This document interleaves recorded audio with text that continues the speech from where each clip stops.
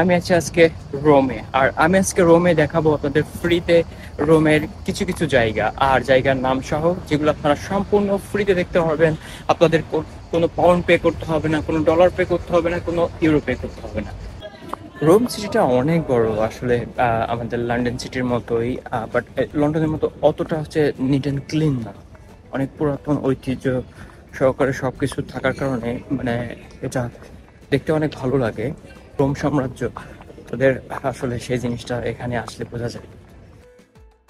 Roman ফোরামের প্রথমেই আমি চলে যাচ্ছি দ্য থিয়েটার অফ মার্সেলাসে। 11 থেকে 20 হাজার মানুষের ধারণ ক্ষমতা সম্পন্ন এই থিয়েটারটা হলো রোমের সবচাইতে বড় ওপেন স্পেস থিয়েটার। ধারণা করা হয় এটা তৈরি করা হয়েছিল যীশু খ্রিস্টের আগে, মানে 13 BC এর পূর্বে। সাম্রাজ্যের পতনের পরে মার্সেলাসের থিয়েটারটি পতনের মধ্যে পড়ে, যেটা হয় কি ধীরে ধীরে এই জায়গাটা আসলে সমাধিস্থলে পরিণত হয় এবং এই যে রাজমিস্ত্রিগুলো ছিল, রাজমিস্ত্রি সেগুলো লুট করা শুরু করে দেয় এবং 1300 শতকে এই থিয়েটারটিকে একটি দুর্গে রূপান্তরিত করা হয়েছিল এবং 1600 শতকে আবার এর উদ্দেশ্য পরিবর্তন করা হয়েছিল যখন এটি সাবিলি পরিবার প্রাসাদে পরিণত করা হয়েছিল। 1920-এর দশকে বিল্ডিং এর নিচের অংশগুলো রোমের সিটি কাউন্সিল কিনেছিল এবং পুনরুদ্ধার করার চেষ্টা করেছিল। রোমের রাজনৈতিক ও ধর্মীয় কেন্দ্রবিন্দু এবং প্রাচীন রোমের 7টি পাহাড়ের মধ্যে ক্যাপিটোলিন হিল হলো সবচেয়ে ছোট এবং গুরুত্বপূর্ণ। পিয়াজ্জা দেল ক্যাম্পিদগ্লিও মিউজিয়াম সহ ক্যাপিটোলিন হিলে বেশ কয়েকটি গুরুত্বপূর্ণ টেম্পল রয়েছে। এদের মধ্যে জুনো মনিটর টেম্পল, বার্টাসের টেম্পল এবং Jupiter Optimus Maximus Capitoline temple. Jupiter Optimus Maximus Capitoline টেম্পলটি হচ্ছে সবচেয়ে এদের মধ্যে গুরুত্বপূর্ণ। এটি 509 খ্রিস্টপূর্বে নির্মিত হয়েছিল এবং এটি প্রায় পার্থেনের মতোই বড় ছিল। পাহাড় এবং জুপিটার টেম্পল বিশ্বের রাজধানীর রোমের প্রতীক হয়ে ওঠে ধীরে ধীরে।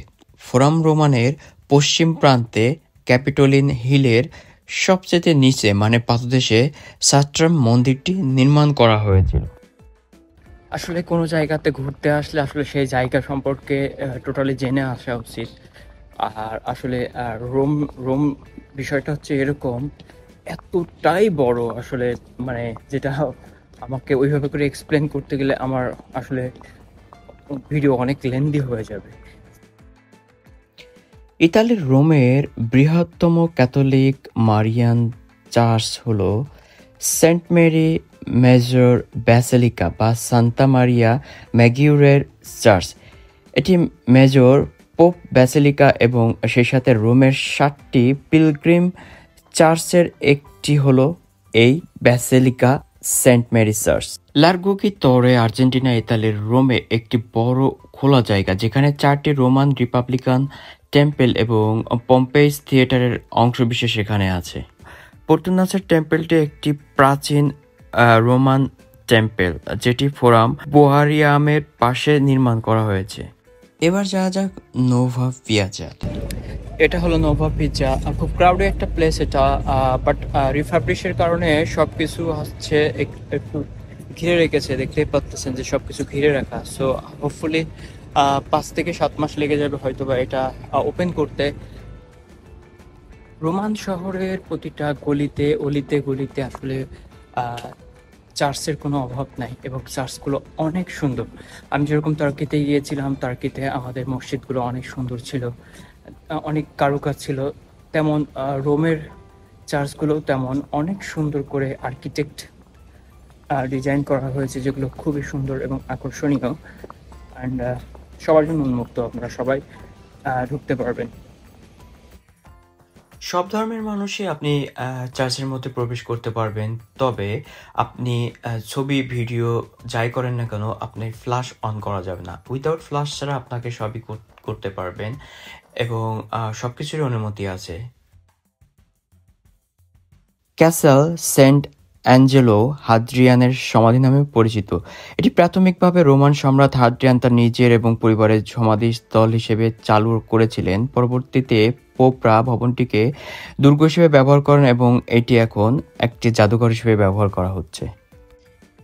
এবার গন্তব্য ওবেলিস্কো ফ্যামিনিও।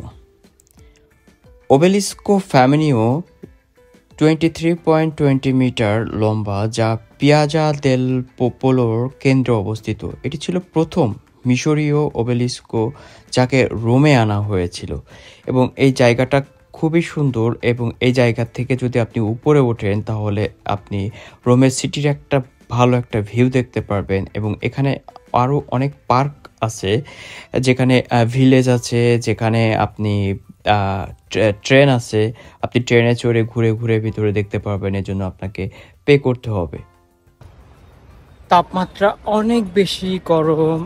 আমরা যারা মানে ইউকেতে থাকি আসলে তাদের জন্য আসলে এখানে 3 থেকে 4 ঘন্টা বাইরে ঘুরে বেড়ানোটা খুবই টাফ। মানে এত বেশি পানি তৃষ্ণা পায় আর এত বেশি মানে এরকম যে হাঁপানিটা বেশি লাগে। আমার মনে হয় ইটালিতে রোমে ঘুরতে আসলে যেহেতু হেঁটে হেঁটে অনেক কিছুই দেখতে হয় ঘুরে ঘুরে, সেহেতু আমার মনে হয় উইন্টার সিজনে আসাটাই বেস্ট, আমি মনে করি আর কি। গন্তব্য এখন অ্যাকোয়া পাওলা। এই স্মারক ঝর্ণাটি রোমের জ্যানিকুলাম পাহাড়ের শীর্ষে অবস্থিত, যা শহরের সবচেয়ে উঁচুগুলোর মধ্যে একটি। 1612 সাল থেকে অ্যাকোয়া পাওলা জলাশয়ের অলঙ্কৃত টার্মিনাস প্রথমবারের মতো ভ্যাটিকান সিটি এবং ট্রাস্টেভেরে জল নিয়ে আসে। আজ আপনি ঝর্ণা এবং এই দৃশ্য খুবই সুন্দরভাবে উপভোগ করতে পারবেন রোমের অন্যতম এই সেরা স্থানে আসলে। গিয়াসেপি গারিবালদি এর স্মৃতিস্তম্ভ হলো একটি মনোমুগ্ধকর অশ্বারোহী মূর্তি যা পিয়াজা গারিবালদির জানিকুলাম পাহাড়ের সর্বোচ্চ স্থানে অবস্থিত, ফেরোদি, রোমা। এই জায়গাতে আসলে আপনি সবকিছুই দেখতে পারবেন, ভ্যাটিকান সিটি কোথায়, তারপরে রোমের যে ক্যাসেলটা আছে ক্যাসেলটা কোথায়, তারপরে এখানে যে সেনাবাহিনীদের যে একটা মিউজিয়াম, সেই মিউজিয়ামের অনেক কিছুই দেখতে পারবেন। পুরো সিটিটা আসলে রোমের পুরো এই জায়গাটা থেকে সরাসরি রোমের একটা বড় ভিউ, মানে অন কাইন্ডস অফ প্যানোরামা একটা ভিউ দেখা যায়। আমি লাকিলি হচ্ছে জায়গাটাতে আসছি, আর মূলত এই জায়গাটা যে আমি যে হোটেলে উঠেছি সেই হোটেলের পিছনেই, সেটা আমি জানতাম না। সারাদিন ঘোরার পরে আমি অনেকটা টায়ার্ড হয়ে গেছিলাম। টায়ার্ড হয়ে গেলে আমি হোটেলে ফিরে যাই এবং হোটেলে ফিরে যেয়ে আমি আসলে খাওয়া দাওয়া করে রেস্ট নিই 2 ঘন্টা রেস্ট নেওয়ার পরে আমি ভাবতে যাই বাসার পিছনে একটু পাহাড় মতো দেখলাম, পাহাড়ে উঠে দেখি আসলে কি আছে। আমি সারাদিন নেটে যেটা সার্চ দিছি সেই জিনিসটাই হচ্ছে আমার বাসার পিছনে। আমি একটা সুন্দর জুম করা ভিউ দেখিয়ে আমি আমার ভিডিওটা শেষ করতে চাচ্ছি, তাছাড়া দেখতে পারবেন আপনি। এক কথায় বলা যায় যে যে যে মূল আকর্ষণীয় যে জায়গাগুলো আছে সেই জায়গাগুলো এখান থেকে দাঁড়িয়ে আপনি প্রতিটা জায়গায় না গেলেও জাস্ট চোখের দেখা আপনি একবার দেখতে পারবেন। হয় না, মানুষ বলে যে চোখের দেখা যদি একবার দেখতে পারতাম, সেই চোখের দেখা একবার আপনি জাস্ট মানে স্ক্রিমিং করতে পারবেন। এখানে অনেক বেশি ঝিঝি পোকার যে নয়েজটা খুব বেশি, যে কারণে হয়তোবা আপনাদের এটা শুনতে খুবই অন্যরকম লাগতে পারে। আশা করি আপনারা আমার ভিডিওটি দেখেছেন এবং আপনারা যারা এখনো সাবস্ক্রাইব করেনি প্লিজ সাবস্ক্রাইব করবেন এবং লাইক কমেন্ট শেয়ার দিবেন। Thank you very much. আপনাদের যদি কোনো হেল্প লাগে অবশ্যই আমাকে কমেন্ট জানাবেন, আমি আপনাদেরকে রিপ্লাই দেবো। Bye bye.